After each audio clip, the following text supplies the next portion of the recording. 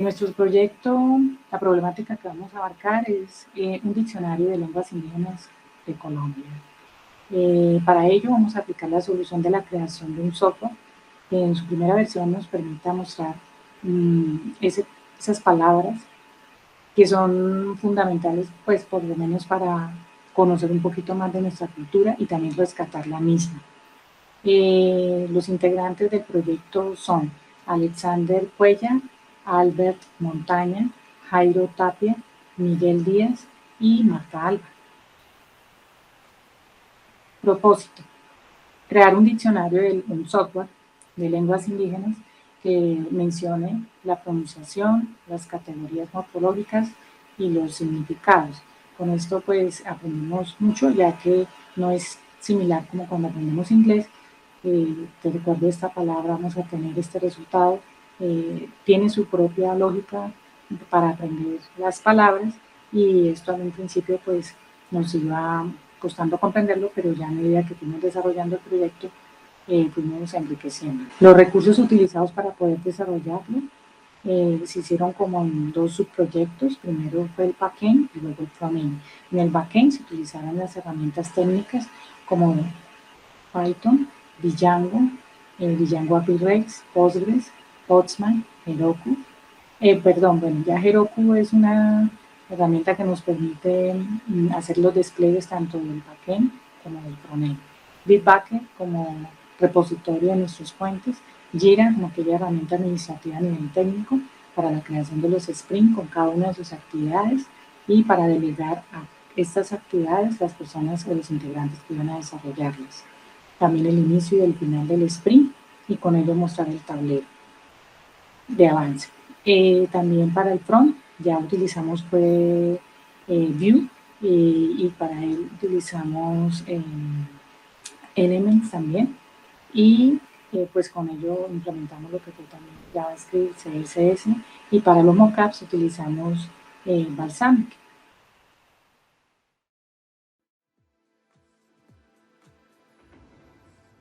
En cuanto a los mockups, que pues se utilizó Balsamiq, en un principio se hizo un diseño de cómo era que se esperaba que funcionara nuestro software, que se hablara precisamente de nuestras lenguas y de nuestras culturas indígenas, porque el aprendizaje de una lengua nos lleva a aprendizaje de las culturas.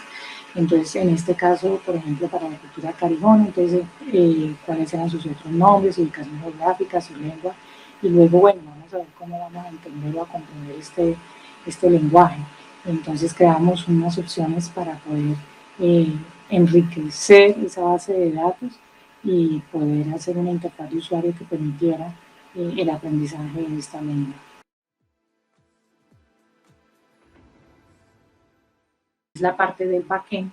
Nosotros hicimos, como habíamos mencionado, en Python, en Django REST, y se crearon unos modelos con respecto a esta herramienta que utilizamos, que fueron models, serializers y vistas a grandes rasgos, en donde la unión de estos tres tipos de archivos nos permitía entonces realizar lo que era el backend y enviar los datos a la base de datos. Pero ahí fuimos aprendiendo. Entonces creamos en nuestro modelo modelos para lenguajes, tribus, palabras, tipos de palabras, y pues que no puede faltar el de usuarios, porque ya que pueden haber diferentes tipos de usuarios, pues necesitamos el logueo y la autenticación de los mismos. En nuestro caso, pues lo hicimos para que se trabajara con el superusuario, así que era necesario identificar ese logueo más adelante en el frontend. En los serializadores lo hicimos para cada uno también de esas tablas, como lenguajes, tribus, usuarios, palabras y clases de palabras, donde en el trabajo que se desarrolló en equipo, cada uno seleccionamos una tabla y nos encargábamos cada uno de crear ese archivo.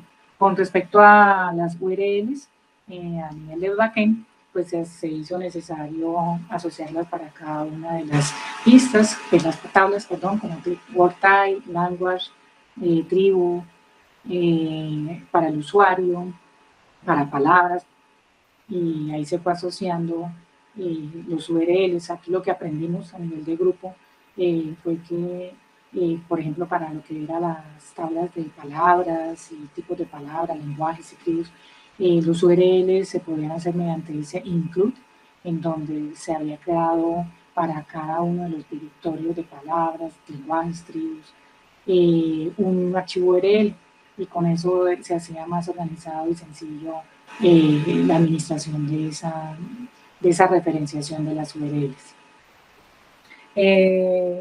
Cabe mencionar que para poder desplegar el backend y el frontend utilizamos la herramienta Heroku. En esta página pues nosotros también nos permitió crear nuestra base de datos en Postgres y crear una app en donde vamos a desplegar también el backend. Entonces en una misma app hicimos tanto el despliegue del backend como la creación de la base de datos en Postgres. Y con el frontend pues se creó otra app. Ya para garantizar que el backend funcionara, se utilizó la herramienta Postman, donde nosotros le dábamos la URL de nuestro despliegue del backend en Heroku y de acuerdo a los métodos que necesitáramos, ya sea de crear, actualizar o hacer el login del usuario, pues utilizábamos los métodos POST, GET, para poder hacer esas pruebas y decir listo, el backend nos quedó bien, de manera que pues que no nos cause un impacto muy fuerte de dar el frontend para poder hacer seguimiento para un error que fuera ya del back.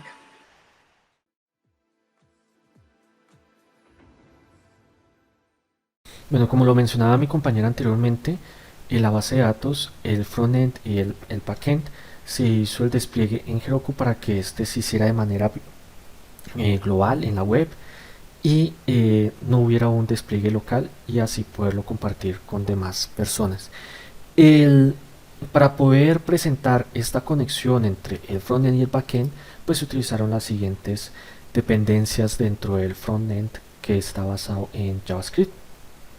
Principalmente se utilizó el Vue 3.0 solicitado por la clase y para el framework, para las bibliotecas del diseño de la página web, nosotros estábamos viendo entre Bootstrap, el Beautify y Element Plus. Entonces se utilizó anteriormente repositorios para estos debido a que hubo dificultades con el repositorio de la Scrum Master. Se hicieron diferentes repositorios individuales por cada uno de los compañeros para que se pudieran compartir a los demás para solucionando este tipo de problemas. Y después de visualizar los otros diseños, pues se eligió el de Element Plus, pero pues ya había un conocimiento previo en Beautify, entonces eso nos creó un poco de dificultad. Para las conexiones pues ya se utilizará el JWT, el Express y el Axios para poder hacer esas conexiones con la API REST y para poder hacer la autenticación en servidor. Bueno, pues en el programa a grosso modo rápidamente pues el AppView nos permite hacer todo ese background de front-end. El archivo home y menú lateral es el que nos permitirá realizar la visualización de acá de las tablas que se traen de la base de datos, y se pueden modificar los datos de manera tal de que si algún lingüista o algún experto en el área o antropólogo quisiera modificar las palabras que aquí se alojan, pues lo puede hacer de aquí, de esta manera. Y lo mismo para crear las palabras. Lo que son, bueno, el despliegue que se hizo aquí en las diferentes archivos, aquí sí toca mencionar que hubo algunos errores con el backend, y fue el hecho de no colocar ¿cómo es? No colocar la URL en las vistas, no colocar las vistas independientes, por ejemplo en lenguaje, colocarla solo en una sola, creó dificultades. Entonces ese es un feedback de nuestro trabajo que pues ojalá no se cometa en próximos trabajos, y pues que puede perfeccionar nuestro trabajo el hecho de colocarlo de todas las funciones de manera individual en la vista. Por otro lado, aquí en este archivo que es de Triu, este solo hace un llamado, no crea, tampoco actualiza los datos, pero nos permite hacer el despliegue de las pestañas como se ven aquí. Aquí, como se ve, el programa tiene, en realidad se está utilizando más o menos unas 5 tablas. Entonces, visualmente se están viendo solo en esta vista, se están viendo la que es de comunidades indígenas. Se colocó tribu como etiqueta pues para que fuera algo abreviado, pero para evitar discriminación y haciendo la salvedad y la aclaración, comunidad indígena o pueblo indígena. Entonces aquí está la tabla de pueblo indígena, comunidad indígena, el de lengua. La tabla de palabras se ve cuando pues se le da clic en el botón. Aquí no se ha ingresado ningún dato en INGA, en la pestaña INGA, pero pues si podemos ver aquí en Kogi, pues aquí ya hay algunas palabras ingresadas. Y pues algo muy que cabe recalcar de esta clasificación que se hizo de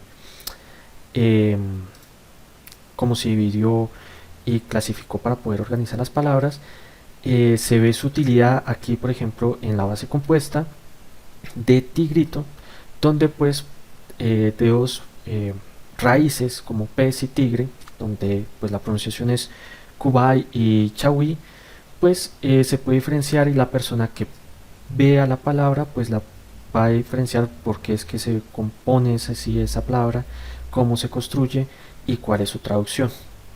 Esa es una de las utilidades del programa, y cumple los objetivos que se han propuesto hasta el momento.